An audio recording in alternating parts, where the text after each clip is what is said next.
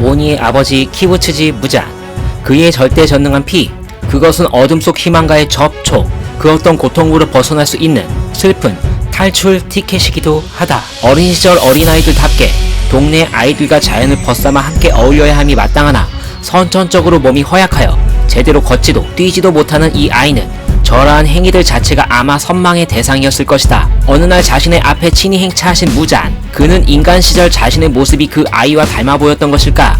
그의 유혹의 손길로 인해 오니로 새 삶을 얻게 된 인물이 있었으니 누구인가? 그는 바로 오니가 되어 자신의 가족을 자기 손으로 죽이고 가족 소꿉놀이에 광적인 집착을 보여줬었던 12개월 일원 중 한 명, 루이 되시겠다. 루이가 오니의 삶을 택하기 전 자신에게 한없이 내리사랑을 베풀었던 부모라는 사람들이 루이가 오니의 삶을 택한 후 칼라를 자신의 목을 겨눴다는 것에 반한 행동 자체에 대한 괴로움, 그리고 무잔의 달콤한 위로와 격려 덕분에 고통은 배가 되었을지 모른다. 그리하여 자신의 손으로 가족의 결석을 와해시킨 루이는 훗날 나타구모 산으로 거처로 옮겨 무잔의 승인하에 마음속 허전함을 채우기 위해 자기만의 방식으로 끊어지지 않는 새로운 가족의 유대관계를 만들어가기 시작했으며 점점 단단하고 견고해지고 있다 생각했었던 가족놀이 때문에 인간 시절 지내온 기억의 조각들은 하나둘씩 흩어지고 있었을 것이다. 나타구모 산에 난입한 탄지로 일행들과 맞닥뜨리게 된 루이는 가족애가 강한 것으로 짐작되나 실상은 그렇지 않다는 점이 잘 드러난다. 루이의 엄마는 탄지로의 일격의 옛 기억을 회상하게 된다. 그녀가 남편에게 심한 질책을 받고 있었던 광경을 지켜보던 루이는 이를 말리는 것보다 되려 아빠의 화를 더 부추겨 상황을 더 악화시키기도 하였으며 심지어 자신의 누나가 가족의 역할에 충실하지 못했다는 이유로 현실 남매에게서도 찾아볼 수 없는 해악스러운 모습을 보여주기도 한다.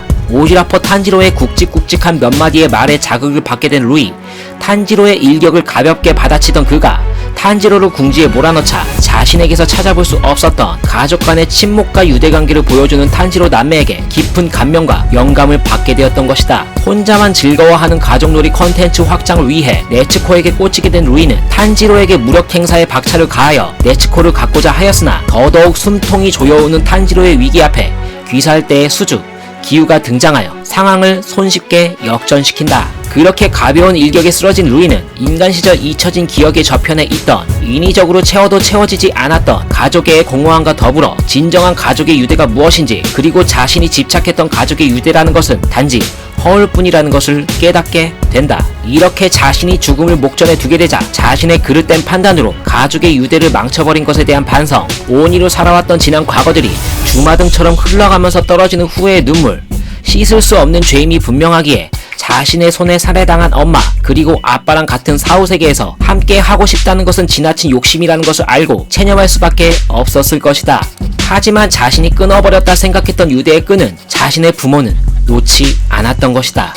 루이를 살아생전 허약하게 태어나게 한 점과 오니의 삶을 선택하게 했던 점 때문에 마음 한 구석 깊은 짐을 지고 있던 루이의 엄마와 아빠는 자식이 어떠한 삶을 살았던, 자식이 자신들과 타인들에게 어떠한 해를 가했던, 그리고 자식이 어느 곳으로 가던 살아생전 하나밖에 없는 자식에게 다 주지 못한 참 사랑을 실현할 수 있다는 것에 기쁨과 감격은 이루 말할 수 없었을 것이다. 이렇게 위대한 부모의 사랑으로 루이는 오니로서 살아온 고통스러운 나날로부터 해방되어 부모와 함께 그곳에서 살아가게 된다.